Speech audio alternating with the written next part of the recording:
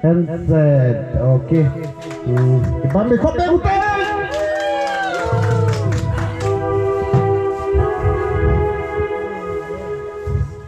Golang ho turha bolong. Bolong. Ho turha bolong. Bolong. Good, very good. Kipame. Tuhin. Lagu hampa ko lupa pa ko.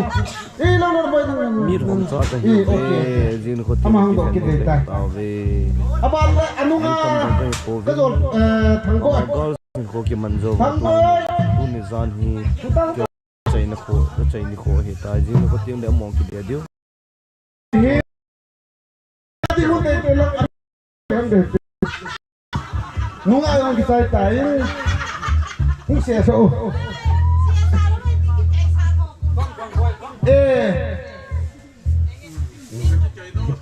Kak di kay do la ko. Di kay do ta.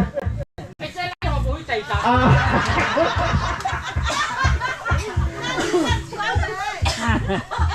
One, two, three. Tổng quân cho mà chưa? Sĩ chỉ tổng quân hè. Tổng quân hè. Ay le, itin mo ke. Lumay akitulong tayo president pa yan sa kadin. Akitulong tayo. Hindi namin doon de. Yang ko ito, tin lang. Come on. Abang le.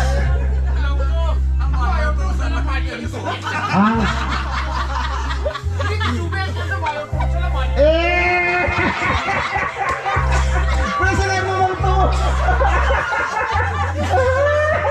Kaya tayo. Lungsit na home tute na mo lungsit na pumo maki home sige. Lungsit na okay. One.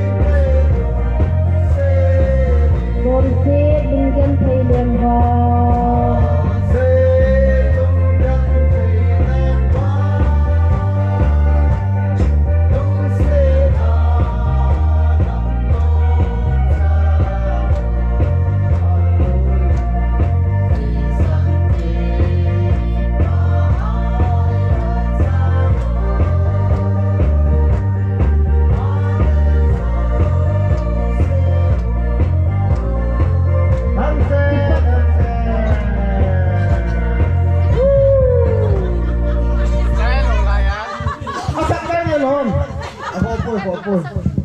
Eh, pa hi. Kirkat bol tu he.